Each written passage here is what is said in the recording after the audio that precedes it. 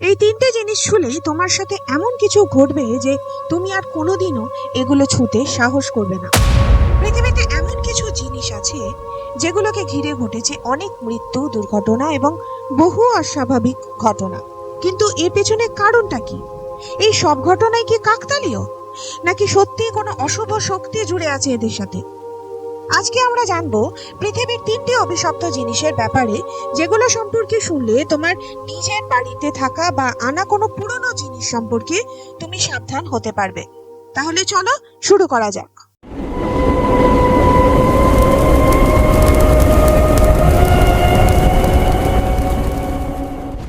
Debug box.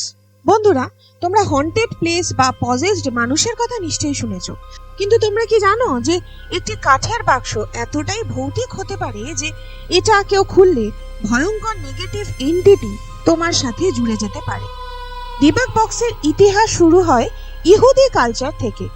1600 শতকে ইহুদি মানুষরা একটি রিচুয়াল করত, যেখানে ভয়ঙ্কর ডেমনিক এন্টিটিদের একটি বাক্সের মধ্যে বন্দি করা হতো, আর সেই বাক্সটাকেই বলা হতো ডিবাগ বক্স। এই বাক্সটা বন্ধ হয়ে যাবার পরে যদি কেউ কখনো ভুল করেও এই বাক্সটা খুলে ফেলতো, তাহলে এতদিন ধরে বন্দি থাকা আত্মা তার থেকে বেরিয়ে আসে এবং ধ্বংসাত্মক হয়ে ওঠে। জীবিশ মতে এই ডিবাগ বক্সে এমন আত্মাদেরই কয়েদ করা হয় যারা নিজেদের জীবনে প্রচুর পাপ করেছে এবং তার কারণে এরা কখনো মুক্তি পায়নি। এরা সবসময় অন্য একটা মানুষের শরীর খোঁজে, যাকে দিয়ে এরা নিজেদের অপূর্ণ বাসনা বা লালসা পূরণ করতে পারবে। আর একবার মুক্ত হয়ে গেলে যদি এদের পথে কেউ বাধা হয়ে দাঁড়ায়, তাহলে এরা তাদের মেরে ফেলে সেই বাধা চিরতরে সরিয়ে দেয়।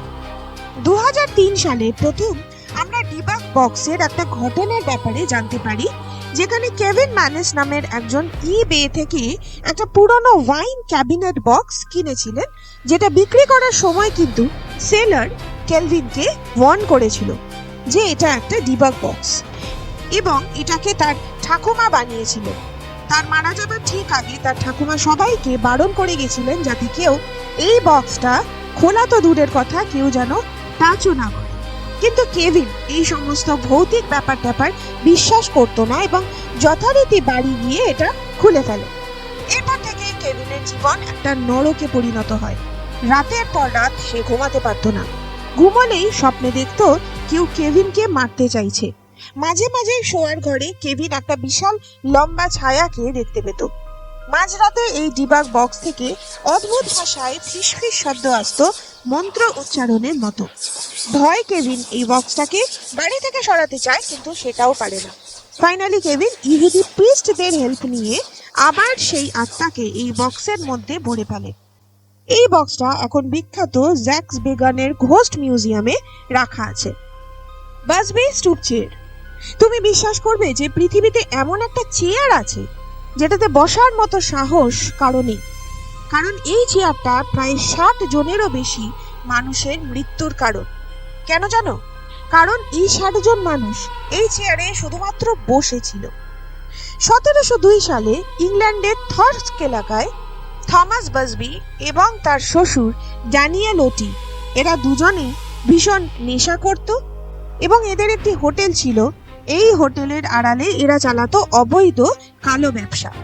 সামনাসামনি এই থমাস বাজবি এবং ড্যানিয়েল ওটিকে দেখে মনে হতো যে এদের সম্পর্ক খুব ভালো, কিন্তু ড্যানিয়েল সবসময় ভাবতো যে থমাস বাজবি তার মেয়ে এলিজাবেথের উপযুক্ত নয়, কারণ বাজবি ছিল ভীষণ বদমেজাজি, লম্পট প্রকৃতির একটা খারাপ মানুষ। কিন্তু এতটা খারাপ হলেও বাজবির জীবনে দুটো জিনিস ছিল যেগুলো ছিল তার প্রাণ। এক হলো তার স্ত্রী এলিজাবেথ এবং আরেকটি হলো তার প্রিয় চেয়ার, যাতে বাজবি ছাড়া আর কারো বসার অনুমতি ছিল না। একদিন ড্যানিয়েলের সাথে বাজবির দোকানের লাভ ক্ষতি নিয়ে বচসা শুরু হয়। এরপর ড্যানিয়েল তার মেয়েকে বাজবির বাড়ি থেকে নিয়ে আসবে বলে তার বাড়িতে যায়। এদিকে বাজবি হোটেল থেকে ফিরে এসে দেখে যে ড্যানিয়েল তার সবচেয়ে প্রিয় চেয়ারটাতেই বসে আছে। রাগে সেই রাতেই বাজবি ড্যানিয়েলকে হত্যা করে এবং পরের দিনই ধরা পড়ে যায়। এরপর তার ফাঁসির সাজা হয়। মৃত্যুর আগে শেষ ইচ্ছা হিসেবে বাজবি চায় তার বাড়িতে গিয়ে তার প্রিয় চেয়ারে বসে একবার অ্যাটলিস্ট মদ্যপান করতে। এরপর সে ওখানে উপস্থিত সবাইকে বলে কোনোদিনও যেন কেউ ওই চেয়ারে না বসে, যে বসবে সেই মারা যাবে, কারণ আমার আত্মা এই চেয়ারের সাথেই জুড়ে থাকবে। ফাঁসির কয়েক সপ্তাহ পরে একজন চিমনি পরিষ্কার করার লোক ক্লান্ত হয়ে ওই চেয়ারে বসে পড়ে এবং কয়েক ঘন্টার মধ্যেই সে ছাদ থেকে পড়ে মারা যায়। বহু বছর পরে দ্বিতীয় বিশ্বযুদ্ধের 2 জন পাইলট বাজি ধরে যে ওই চেয়ারে বসবে, কিন্তু পরের দিনই ওরা দুজনেই প্লেন ক্র্যাশ করে মারা যায়। এরকম বহু মানুষ মারা যায় শুধুমাত্র এই চেয়ারে বসার কারণে। এরপর এই হোটেলের মালিক এই চেয়ারটাকে থটস মিউজিয়ামে দিয়ে দেন এবং চেয়ারটাতে যাতে আর কেউ না বসতে পারে সেই কারণে এটাকে দেওয়ালের উপর ঝুলিয়ে রাখা হয়। আজও এই চেয়ারটা এভাবেই রয়েছে এবং এর পাশে বড় বড় করে লেখা আছে ভুলেও যেন কেউ এই চেয়ারটাকে টাচ না করে। তাই এই চেয়ারটা আজও চেয়ার অফ ডেথ নামে পরিচিত। অ্যানাবেল ডল হরর স্টোরি যারা শুনতে পছন্দ করো তারা সবাই অ্যানাবেল ডলের কথা শুনেছ। 1970-এ নার্সিং এর পড়াশোনা করার সময় ডোনাকে তার মা একটি খুব সুন্দর পুতুল গিফট করে। ডোনা তার এক বন্ধু অ্যাঞ্জির সাথে একটা অ্যাপার্টমেন্টে থাকতো। ডোনা এই পুতুলটাকে নিয়ে খুব খুশি ছিল। এই পুতুলটার সাথে সে কথা বলতো, ঘুমাতো এবং সময় কাটাতো। একদিন ডোনা কলেজ থেকে ফিরে এসে দেখে যে পুতুলটা বাইরের ঘরে সোফাতে রাখা, যেখানে ডোনার খুব পরিষ্কারভাবে মনে আছে যে সে যাওয়ার সময় পুতুলটাকে তারই বিছানায় রেখে গেছিল।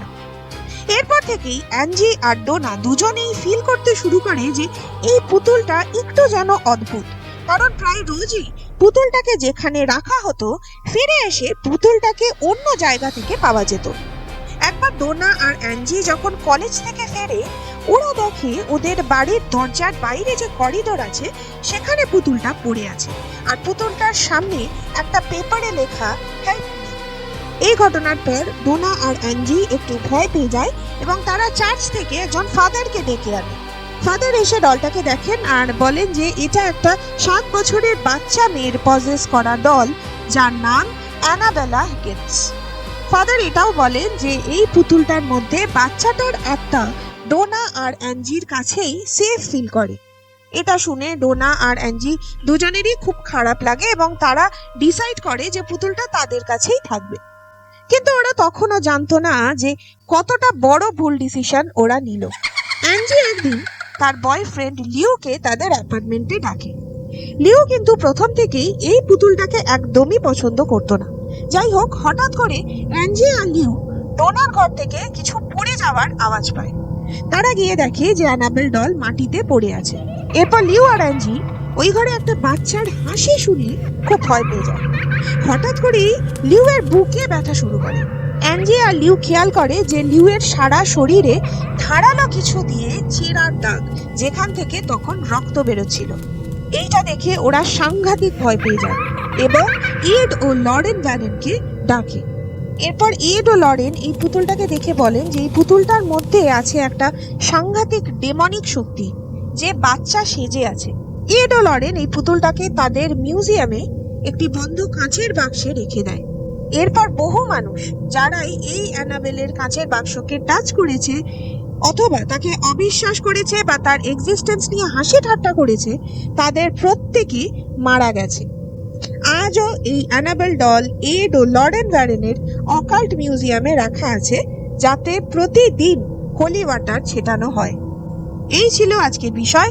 কোন অভিশপ্ত জিনিসটা তোমার সবচেয়ে বেশি ভয় পাইয়েছে আমাদের কমেন্ট করে জানাও। আর এমনই হরর, প্যারানরমাল বা মিস্টেরিয়াস ব্যাপারে জানতে এখনই সাবস্ক্রাইব করে ফেলো এই চ্যানেলটিকে। আবার দেখা হবে খুব তাড়াতাড়ি এর থেকেও বেশি রোমহর্ষক একটি ভিডিও নিয়ে। আজকের মতো গুড নাইট।